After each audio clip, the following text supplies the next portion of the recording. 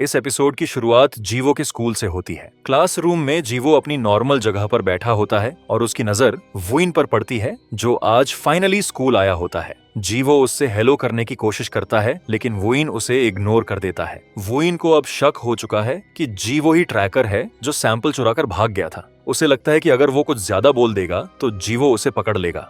वुइन के दिमाग में ये भी चल रहा होता है कि उसने जीवो की पावर देख ली है, सुपर स्पीड। वो याद करता है कि जब से वो इस स्कूल में ट्रांसफर हुआ है, उसने किसी से एक प्रॉपर वर्ड भी नहीं बोला। जीवो भी उसके साथ नॉर्मल इंटरेक्शन नहीं कर पा रहा। वुइन सोचता है कि ट्रैकर्स यूजुअली मेंटली भी ट्रेंड होते हैं, लेकिन जीवो को देखकर उसे नहीं लगता कि उसने कोई स्पेशल ट्रेनिंग ली है। ये कंफ्यूजन उसके अंदर कॉन्फ्लिक्ट क्रिएट कर रहा होता है। Scene shift. अब जीवो के घर पर केदेन अनयूजुअली लेजी और वीक फील कर रहा होता है। उसे पहले समझ नहीं आता कि प्रॉब्लम क्या है। वो दूसरी कैट्स को देखता है जो धूप में लेटकर सो रही होती हैं। तब उसे आइडिया आता है कि शायद धूप और कंफर्टेबल एनवायरनमेंट की वजह से लेजीनेस हो रही है। फिर वो भी वहीं सो जाता है, बिल्कुल नॉर्मल कैट की तरह। इधर जीवो स्कूल से घर लौटने के रास्ते में होता है। रास्ते में उसे एक कैट दिख जाती है, तो वो नेचुरली उसे फीड करने लगता है। जीवो की हैबिट ही है कि वो स्ट्रे कैट्स का ध्यान रखता है। तभी वुइन उसका पीछा करते हुए उसके पास आ जाता है। वो जीवो से पूछता है, तुमने ये कैट कहाँ से लाई है? जीवो कामली कहता है, मैं तो बस फीड कर रहा था, ये मेरी कैट नहीं है।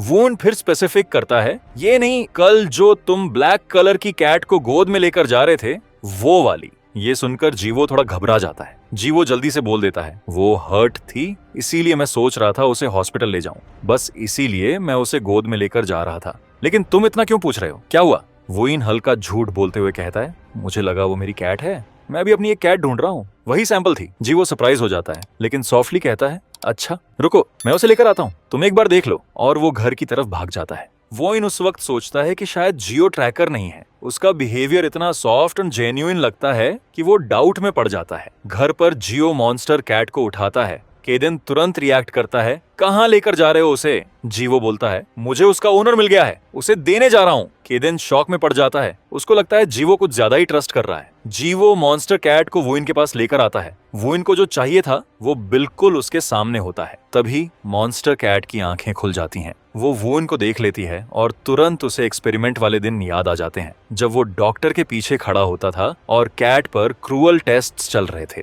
मॉन्स्टर कैट अजीब बिहेव करने लगती है। वो पैनिक और गुस्से में अटैक करने की कोशिश करती है। जीवो समझ नहीं पा रहा कि ये कैट ऐसे क्यों रिएक्ट कर रही है। वो इन काम बट कोल्ड टोन में कहता है, ये ही मेरी कैट है, इसे लाओ, मुझे दे दो।